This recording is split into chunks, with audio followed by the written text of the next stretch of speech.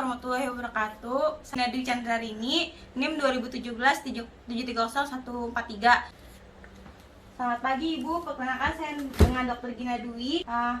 Saya akan melakukan pemeriksaan tingkat kesadaran pada suami Ibu ya Bu ya. Tujuannya untuk mengetahui kira-kira tingkat kesadaran suami Ibu bagaimana. Apakah Ibu selaku walinya bersedia mengizinkan? Bersedia. Baik. Pertama-tama di sini saya akan melakukan pemeriksaan tingkat kesadaran pada pasien. Selamat pagi Pak. Pagi Dok. Ya, Bapak diangkat Pak tangan kirinya Pak. Ya, Bapak tahu gak sekarang ada di mana? Di rumah sakit. Iya, Bapak tahu saya siapa? Dokter. Iya. Bapak tadi pagi makan apa Pak? Tadi sarapan nasi uduk. Baik. Di sini untuk berdasarkan hasil pemeriksaan tingkat kesadaran pasien untuk respon mata nilainya 4, kemudian untuk respon movement motoriknya nilainya 6, dan untuk respon verbalnya nilainya 5, sehingga didapatkan untuk DCS pasien yaitu 15. Assalamualaikum warahmatullahi wabarakatuh. Bapak selamat pagi, saya dengan Dr. Gina Dwi. Ya. Hari ini saya akan melakukan pemeriksaan dalam rasa mendingan ya Pak ya. Ya. Tujuan untuk mengetahui apakah terdapat infeksi pada selaput otak Bapak atau tidak. Ya. Mungkin dalam pemeriksaan nanti saya akan melakukan beberapa tindakan kepada Bapak, tapi Bapak tidak perlu khawatir karena saya akan melakukannya sesuai dengan prosedur yang telah ditetapkan. Ya. Nanti kalau misalkan dalam pemeriksaan ada rasa nyeri, Bapak konfirmasiin ke saya aja ya Pak ya. Ya. Saya akan melakukan pemeriksaan kaku kuduk, yaitu tangan kiri pemeriksa berada di bawah leher pasien.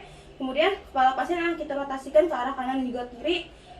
Dikatakan meningismus positif apabila terdapat kaku atau pasien tidak dapat digerakkan kepalanya ke arah kanan ataupun kiri. Maaf Pak. Baik, Bapak santai aja Pak ya. Ya. Kemudian kita rotasikan kepala ke arah kanan dan juga ke arah kiri. Ada nyeri nggak Pak? Tidak. Baik, selanjutnya saya akan mendorong bahu pasien untuk memastikan bahwa pasien dalam keadaan rileks. Bapak rileks saja ya Pak ya.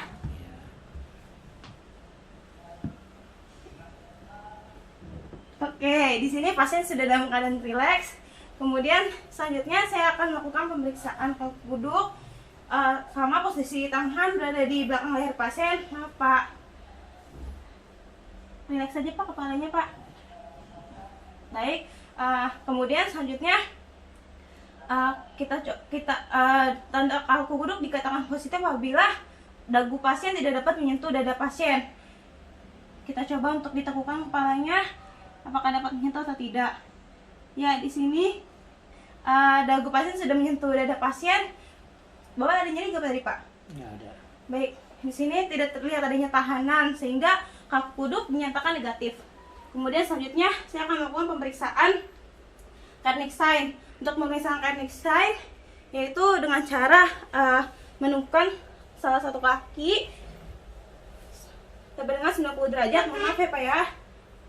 Kemudian kita tekukan seperti ini. Bapak nanti kalau misalkan ada rasa sakit atau nyeri bilang aja ya Pak ya. Iya. Kemudian kita angkat sampai dengan 135 derajat. Ada nyeri gak Pak? Nggak ada. Oke. Baik, di sini untuk Kernig sign negatif karena tungkai pasien masih tidak terdapat nyeri dan juga masih membentuk sudut 135 derajat. Kemudian ini dilakukan pada kaki kanan juga kiri. Kemudian yang kedua yaitu melakukan pemeriksaan Burdinsky 1. Untuk Burdinsky 1, tangan kiri kita berada di belakang leher pasien. Maaf Pak. Iya. Kemudian tangan kanan pemeriksa berada di dada pasien. Kemudian kita tekukan leher pasien apakah dagu ini dapat menyentuh dada atau tidak. Tangan kanan ditekan supaya tubuh tidak terangkat. Baik Pak, kita coba ya Pak ya. Oke. Di sini untuk Burdinsky 1 negatif karena pada kedua lutut di sini tidak terlihat adanya penekukan dan juga di sini tidak terdapat nyeri pada pasien. Kemudian kemudian selanjutnya untuk Burdinsky 2 yaitu dilakukan kaki sebelah kanan pasien kita tekuk lagi. Kita lihat apakah positif atau tidak. Ya di sini untuk Burdinsky 2-nya negatif karena tidak terdapat kaki yang kontralateralnya fleksi. Kemudian selanjutnya untuk Burdinsky 3 yaitu melakukan penekanan pada daerah zygomatikus. Kita lihat apakah terdapat maksudnya kedua tangan mengalami fleksi atau tidak. Ekstremitas atas mengalami fleksi atau tidak. Bapak diluruskan ya Pak tangannya. Kemudian saya akan melakukan penekanan di daerah zygomatikus. Baik. Di sini untuk tes Burdinsky 3 juga negatif. Untuk pemeriksaan lasek, saya akan mengangkat kaki Bapak ya Pak ya. Iya. Kalau ada sakit, Bapak bilang ke saya ya. Iya. Kita angkat sampai dengan membentuk sudut 70 derajat. Ada nyeri gak Pak? Nggak ada. Baik. Untuk tes lasek juga di sini negatif karena pasien mampu mencapai sudut 70 derajat dan juga tidak terdapat adanya nyeri pada daerah radiksnya. Selanjutnya saya akan melakukan pemeriksaan refleks fisiologi dan juga patologi. Selamat pagi Bapak, bersama saya adalah Dr. Dina Dwi. Saya akan melakukan pemeriksaan refleks patologi dan juga fisiologi. Pak ya, tujuannya mengetahui apakah ada kelainan atau gangguan pada gerak refleks Bapak atau tidak. Nanti saya akan melakukan beberapa pengetokan. Apakah Bapak bersedia? Sedia. Baik. Pertama di sini saya akan melakukan pemeriksaan refleks bicep, yaitu posisi tangan pasien berada di sedikit ekstensi juga fleksi, kemudian dengan alas sedikit pronasi. Kemudian tangan pasien kita rompang seperti ini, kemudian kita lakukan penekanan pada daerah tendon bicepnya pasien. Nah, ini Bapak lihat saja Pak ya tangannya. Kemudian kita lakukan pengetokan. Kita lihat apakah ada refleks atau tidak. Baik, selanjutnya untuk bagian tricep kita lakukan pengetokan, yaitu posisi tangan pasien masih dalam keadaan sama, yaitu sedikit ekstensi juga dan juga fleksi, kemudian tangan sedikit pronasi. Kemudian selanjutnya kita akan melakukan pengetokan dengan tangan di sini kita menopang tangan pasien. Kemudian kita lakukan pengetokan di daerah fossa olecrani. Kita lihat apakah terdapat refleks atau tidak pada pasien. Oke.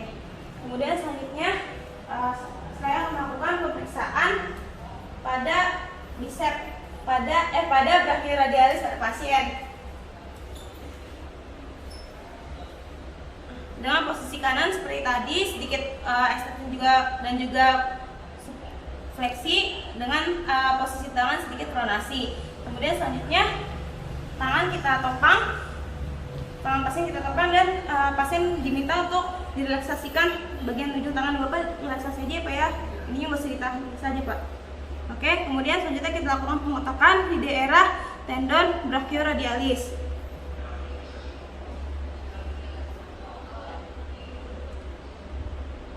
Baik, di sini untuk tendon brachioradialis juga masih normal, masih terlihat adanya gerak refleks. Selanjutnya saya akan melakukan pemeriksaan pada tendon patellanya.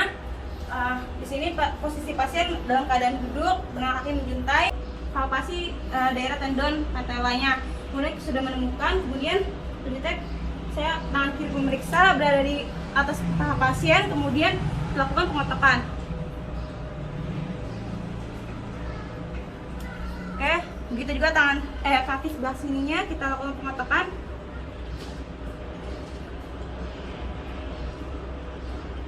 Oke. Untuk refleks patellanya juga positif.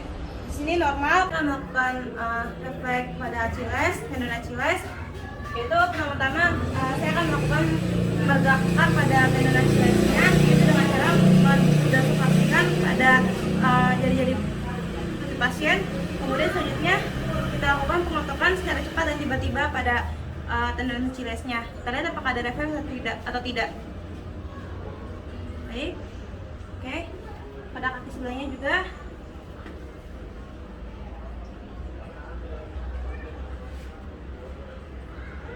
Oke. Sini untuk refleks tendon Achilles normal, karena selanjutnya saya akan melakukan pemeriksaan refleks patologis, yaitu pertama pemeriksaan refleks Babinski, di mana posisi pasien di sini tidur terlentang, kaki lurus. Kemudian selanjutnya tangan kiri saya akan memegang kaki pasien, tujuannya supaya kaki tetap lurus. Kemudian dengan menggunakan benda yang ujungnya runcing ditekan dari tumit ke lateral menuju ibu jari. Dikatakan positif apabila ada ibu jarinya dorsifleksi dan juga pada jari lainnya mengalami plantarfleksi.